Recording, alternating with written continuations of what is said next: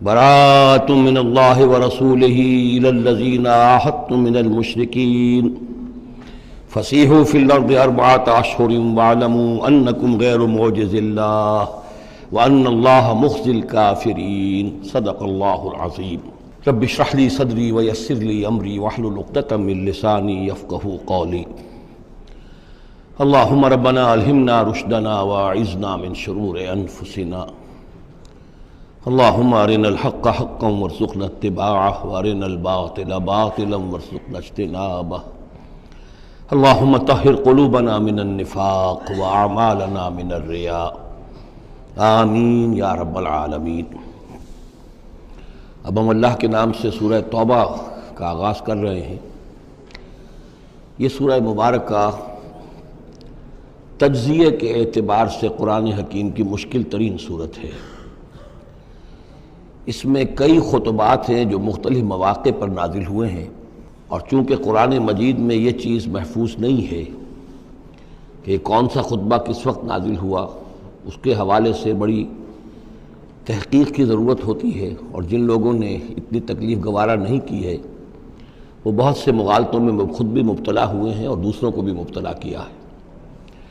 بہرحال پہلی بات تو یہ سمجھیے کہ یہ سورہ مبارکہ دو بڑے بڑے حصوں پر مشتمل ہے۔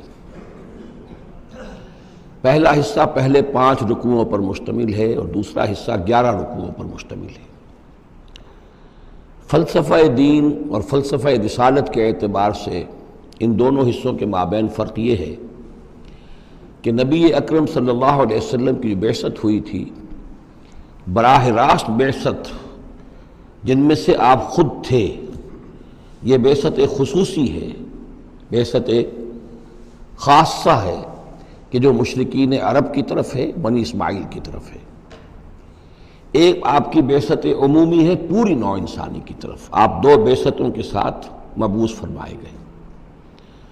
آپ کی جو بعثت خصوصی ہے الی اہل العرب، بنی اسماعیل، مشرکین عرب، چونکہ آپ انہی میں سے تھے اور انہی کی زبان میں آپ نے آخری اتمام حجت کر دیا، لہذا ان کے ضمن میں اللہ تعالیٰ کا جو قدیم قانون ہے رسولوں کے بارے میں کہ اگر کوئی قوم جس کی طرف رسول بھیجا جائے اور وہ اتمام حجت کر دے اور پھر بھی وہ قوم تسلیم نہ کرے تو اس قوم کو ہلاک کر دیا جاتا تھا، عذاب استیصال۔ تو اس قوم کے حق میں تو یہ آخری فیصلہ جو ہے اللہ تعالیٰ کا اسی قانون کے تحت نافذ ہوا۔ اس آخری فیصلے کا جو معاملہ ہے وہ ہے جو پہلے 5 رکوعوں میں آیا ہے۔ یہ حضور صلی اللہ علیہ وسلم کی بعثت خصوصی سے متعلق ہے اہل عرب کی طرف۔ البتہ چونکہ آپ کی بعثت عمومی ہے پوری نوع انسانی کے لیے، آپ نے جزیرہ نماء عرب میں دین کو غالب کر دیا، قائم کر دیا۔ بعثت خصوصی کا تو گویا کہ آخری مقصد آخری درجے میں مکمل ہو گیا، لیکن یہ بعثت عمومی کے کام کا آپ نے آغاز فرمایا ہے صلح حدیبیہ کے بعد۔ آپ نے 7 ہجری تک کوئی مبلغ، کوئی داعی کہیں باہر نہیں بھیجا، جب تک کہ جزیرہ نماء عرب میں اس حد تک کامیابی نہیں ہو گئی کہ قریش نے آپ کو تسلیم کر لیا اور آپ کے ساتھ صلح کی، تو جس کو کہ اللہ تعالیٰ نے انا فتحنا لک فتحا مبینا قرار دیا ہے، اس وقت تک آپ نے اپنی پوری توجہ، آپ نے پورا وقت، اپنی ساری صلاحیتیں، اپنی قوتیں مرکوز رکھی ہیں جزیرہ نماء عرب کے اندر۔ البتہ جب اس حد تک کام پورا ہو گیا سن 7 میں، سن 6 میں صلح حدیبیہ ہوئی ہے، تو اس کے بعد آپ نے نامہ بر بھیجے، اپنے خطوط بھیجے، قیصر کے نام بھیجا، کسریٰ کے نام بھیجا، مقوقس کے نام بھیجا، نجاشی بھی اب جو اس وقت تھا، وہ نجاشی جو ایمان لائے تھے فوت ہو چکے تھے، ان کی تو غائبانہ نماز جنازہ بھی حضور نے پڑھائی تھی۔ اب جو نجاشی تھے وہ مسلمان نہیں تھے، ان کے پاس بھی خط گیا۔ ان خطوط کے نتیجے میں سلطنت روما سے ایک ٹکراؤ شروع ہو گیا۔ غزوہ موتا ہوا اور اس کے بعد غزوہ تبوک۔ یہ جو 2 غزوات ہیں ان کا تعلق حضور کی بعثت عمومی سے ہے کہ اب بیرون ملک عرب آپ کی دعوت کا اور آپ کی اقامت دین کی جد و جہد کا دائرہ وسیع ہو رہا ہے۔ تو 11 رکوع اس سورہ مبارکہ کے اس سے بحث کر رہے ہیں، وہ غزوہ تبوک کے گرد ہیں۔ ان میں سے 4 رکوع وہ ہیں کہ جو غزوہ تبوک کے لیے ذہنی تیاری کے لیے، اور اس کے بعد کچھ آیات وہ ہیں کہ جو تبوک جاتے ہوئے اور تبوک سے واپسی پر نازل ہوئیں، اور کچھ حصہ وہ ہے جو تبوک سے واپس آ کر نازل ہوا، وہ تو ہیں 11 رکوع جو چھٹے سے شروع ہو کر 16ویں تک جائیں گے مسلسل۔ البتہ پہلے 5 رکوع وہ ہیں کہ جن میں اندرون جزیرہ نما عرب، اندرون ملک آپ کے جو مشن تھا اس کی تکمیل کا جو آخری مرحلہ تھا اس کا اعلان ہو رہا ہے۔ اب یہ جو 5 رکوع ہیں ان میں بھی ایک عجیب تقسیم ہے۔ ان میں 2 رکوع وہ ہیں کہ جو سن 8 ہجری میں فتح مکہ سے قبل نازل ہوئے، ان میں تیار کیا گیا ہے مسلمانوں کو فتح مکہ کے لیے کہ وہ نکلیں، اور ساری رد و قدا ہو رہی ہے کچھ لوگوں کی طرف سے، کچھ منافقین کی طرف سے، کچھ سادہ دل مسلمانوں کی طرف سے، نیک دل مسلمانوں کی طرف سے، کچھ ایسے لوگوں کی طرف سے کہ جن کے وہاں رشتہ دار ہیں کہ اب اگر جنگ ہوگی اور جا کر ہم حملہ کریں گے مکے پر تو اس سے یہ ہے کہ ان رشتہ داروں کو بھی غضب پہنچے گا۔ کچھ ایسے مسلمان تھے جن کی فیملیز وہاں تھیں اور انہیں اندیشہ تھا کہ وہ کہیں جب یہ چکی پیسے گی تو کہیں گندم کے ساتھ گھن بھی نہ پیس جائے۔ تو ایک رد و قدا ہے جو ان 2 رکوعوں میں آپ کو ملے گی کہ جو نازل ہوئے ہیں سن 8 میں فتح مکہ سے قبل، اور 3 رکوع وہ ہیں کہ جو نازل ہوئے ہیں سن 9 میں ذی قعدہ کے بعد۔ اور یہ جب کہ فتح مکہ ہو چکا، اس سال حضور نے حج نہیں کیا، پھر اگلے سال آپ نے بھی دوبارہ حج نہیں کیا، لیکن آپ نے ایک قافلہ بھیج دیا تھا کہ وہ جائے، اور اس کے امیر کی حیثیت سے حضرت ابوبکر صدیق رضی اللہ تعالیٰ عنہ تھے امیر الحج۔ لیکن جب وہ قافلہ روانہ ہو چکا تھا ذی قعدہ سن 9 میں، تو پھر وہ آیات نازل ہوئیں کہ جو 3 رکوعوں پر مشتمل ہیں، جن میں آخری اعلان کیا گیا ہے کہ اب آئندہ یہاں کوئی عرب، کوئی مشرک حج کے لیے نہیں آئے گا۔ سن 9 کا حج وہ مشترک تھا، اس میں اہل ایمان بھی تھے اور اہل شرک بھی تھے، مشرکین مکہ بھی تھے، ان کو بھی اجازت تھی۔ اور وہاں اعلان کیا گیا کہ آئندہ مشرکین کے ساتھ اللہ کا کوئی معاہدہ نہیں ہے، اور ایک مہلت دی جا رہی ہے اتنے وقت معین کی، اس کے اندر یا تو وہ اسلام لے آئیں اور یا ان کا قتل عام ہو جائے گا۔ یہ سخت ترین آیات ہے قرآن مجید کی کہ جو اس حصے میں نازل ہوئی ہیں، لیکن اس کا فلسفہ سمجھ لیجئے، یہ قائم مقام ہے اس عذاب استیصال کے جو عذاب قوم نوح پر آیا، قوم ہود پر آیا، قوم صالح پر آیا، قوم شعیب پر آیا، سدوم اور عمورہ کی بستیوں پر آیا، آل فرعون پر آیا۔ وہ اب مشرکین عرب پر اس لیے آنا ضروری تھا کہ ان کی طرف حضور بھیجے گئے، انہی کی زبان میں کتاب اتار دی گئی، ان پہ اتمام حجت ہو گیا، حق مبرہن ہو گیا۔ اب اگر وہ ایمان نہیں لا رہے ہیں تو عذاب استیصال کے مستحق ہو چکے ہیں۔ البتہ یہ کہ انہیں پہلی قسط جو دی گئی عذاب کی وہ تو غزوہ بدر کی شکل میں تھی، اب آخری یہ ہے کہ چیلنج کر دیا گیا کہ اب اتنی مدت کے اندر اگر تم ایمان لے آؤ گے تو تمہاری خیریت ہے، نہیں لاؤ گے تو تمہیں قتل کر دیا جائے گا۔ اور اس میں خود بخود امپلائڈ تھی یہ بات کہ اگر تم نہ ایمان لانا چاہو نہ قتل ہونا چاہو تو جزیرہ نما عرب کو خیر بات کہہ کے چلے جاؤ، جہاں سینگ سمائے چلے جاؤ، اب عرب میں نہیں رہ سکتے۔ اس جزیرہ نما عرب کو پاک کر دیا جائے گا شرک سے۔ تو 2 رکوع وہ 3 یہ، اب اس میں ایک اور کمپلیکیشن ہے، یہ 2 رکوع پہلے اور 3 رکوع بعد میں، ترتیب زمانی تو یہ ہے، ان 3 رکوعوں کا ایک رکوع پہلے نکال کے لے آیا گیا ہے۔ جیسے میں نے کہا تھا کہ سورہ انفال میں ایک آیت جو تھی کہ جو بڑی اہم تھی اور جو بڑی یوں سمجھیے کہ ایک حساس مسئلے پر تھی کہ مال غنیمت کا کیا ہوگا، اس کو پہلے لے آئے، حالانکہ اس کا اصل حکم، اس کی اصل بحث جو ہے وہ سورت کے اندر چل رہی ہے، جا کے وسط میں آ رہی ہے۔ اسی طریقے سے قرآن کا اسلوب ہے کہ جو خاص بہت اہم شے تھی، اگرچہ وہ ان 3 رکوعوں سے متعلق ہے جو بعد میں نازل ہوئے ہیں، لیکن ان کو پہلے سب سے پہلے صورت میں رکھ دیا گیا ہے۔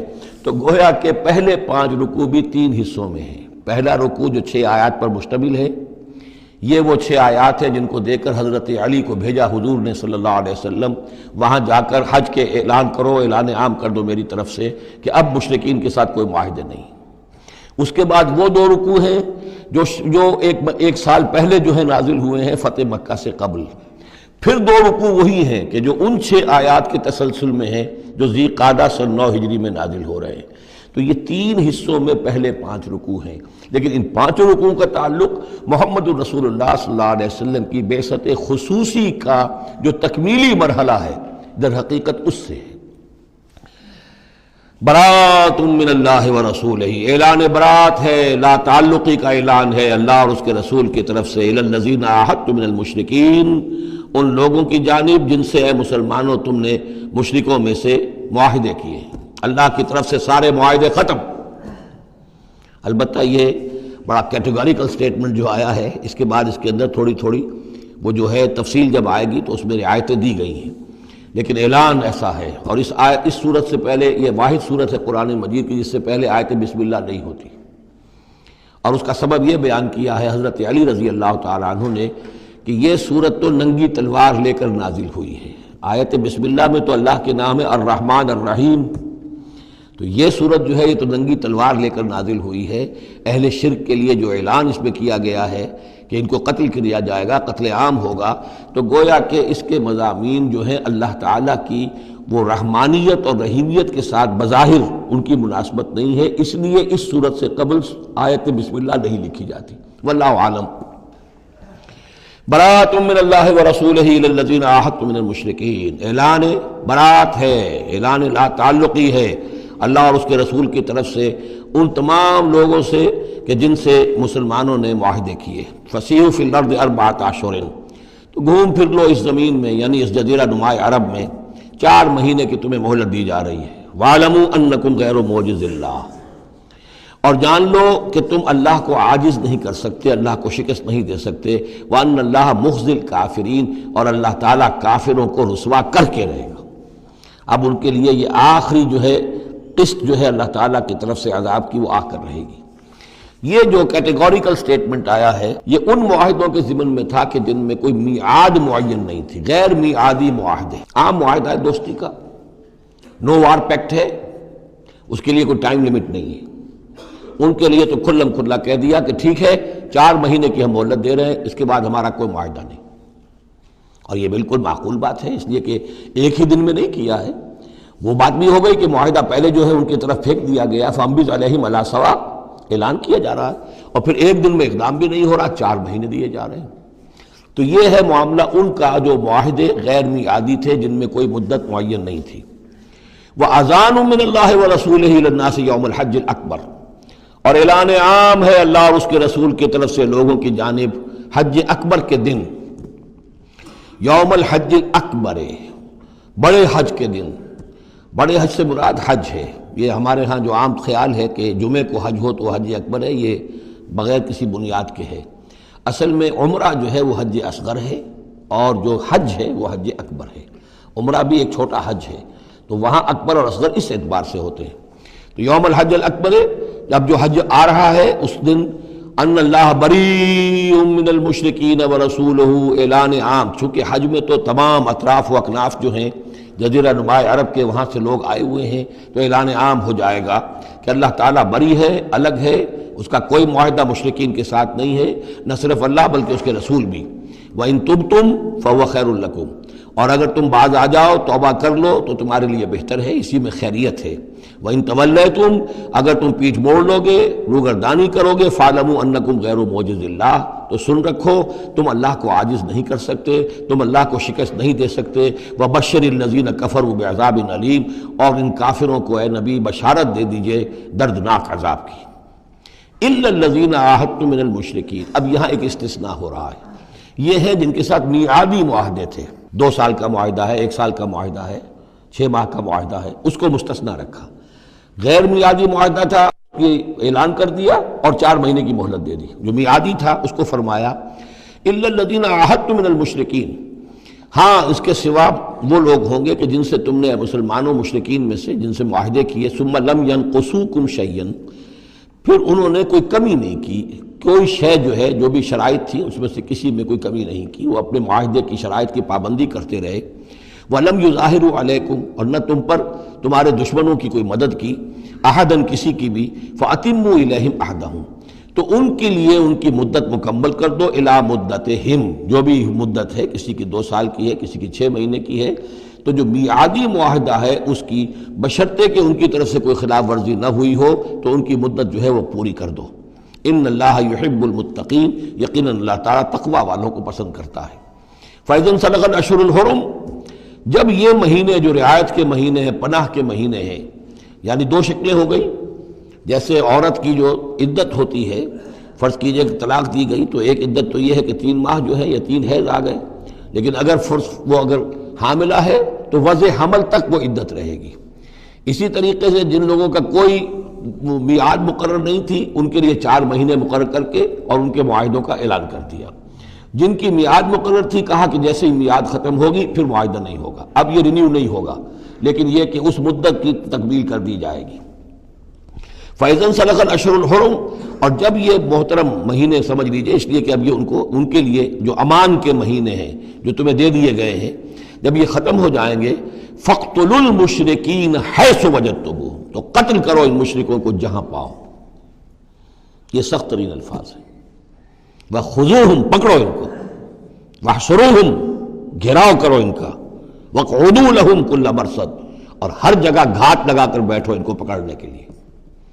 یہ آخری ہے جو گویا کہ ان کی رسوائی، اب ظاہر بات ہے یہ آیات پڑھ کر سنائی گئیں، مشرکین موجود تھے، اس سے بڑی رسوائی اور کیا ہوگی؟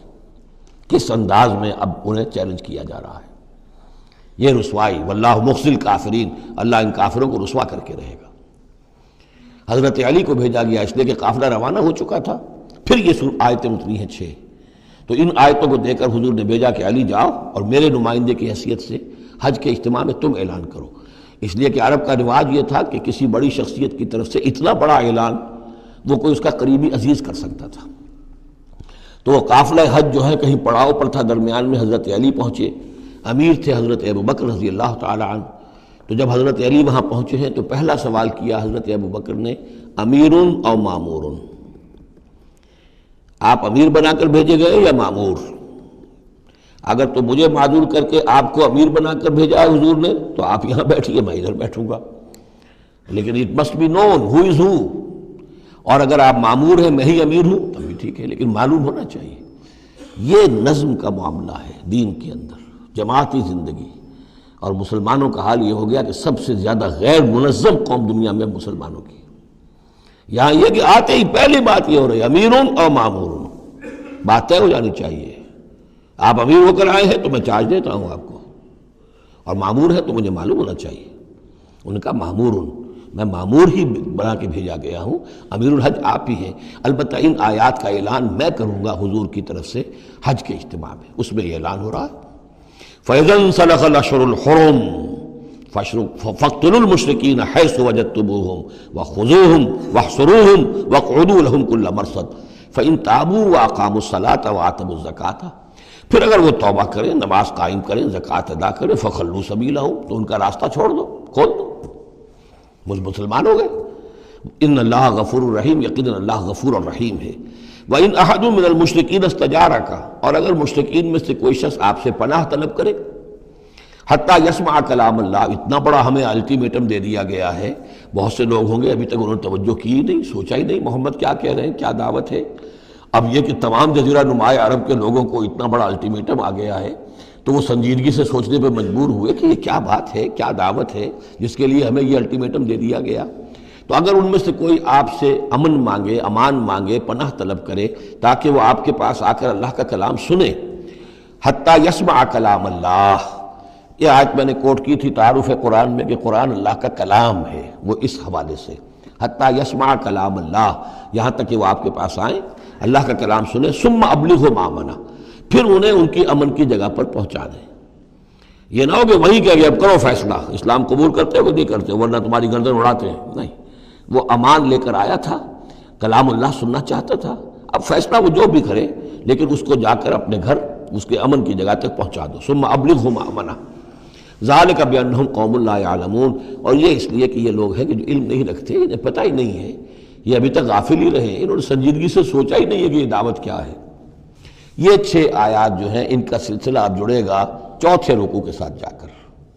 اب جو دوسرا رکوع اور تیسرا رکوع آ رہے ہیں یہ ہے کہ جو سن 8 ہجری میں فتح مکہ سے قبل نازل ہوئے، اور اس میں مسلمانوں کو آمادہ کیا جا رہا ہے قریش کے خلاف جنگ کرنے کے لیے۔ اگرچہ جنگ بالفعل نہیں ہوئی لیکن کیا معلوم تھا، ممکن ہے خون ریزی ہو جائے، ممکن ہے مکے کی گلیاں جو ہیں وہ خون کی ندیاں جو ہیں اس میں بہنے لگے، سارے اندیشے تھے۔ وہ تو جو ہو گیا وہ تو بعد میں معلوم ہوا کہ کیا ہوا ہے، لیکن بہرحال اس میں جو ریلیکٹنس تھی، کچھ لوگوں میں بربنائے منافقت، کچھ لوگوں میں بربنائے شرافت اور ایک سادہ لوحی، کچھ لوگوں میں اس وجہ سے کہ ان کے اعزاء اور اقربا وہاں تھے اور انہیں اندیشہ یہ تھا کہ کہیں وہ گیہوں کے ساتھ وہ گھل بھی نہ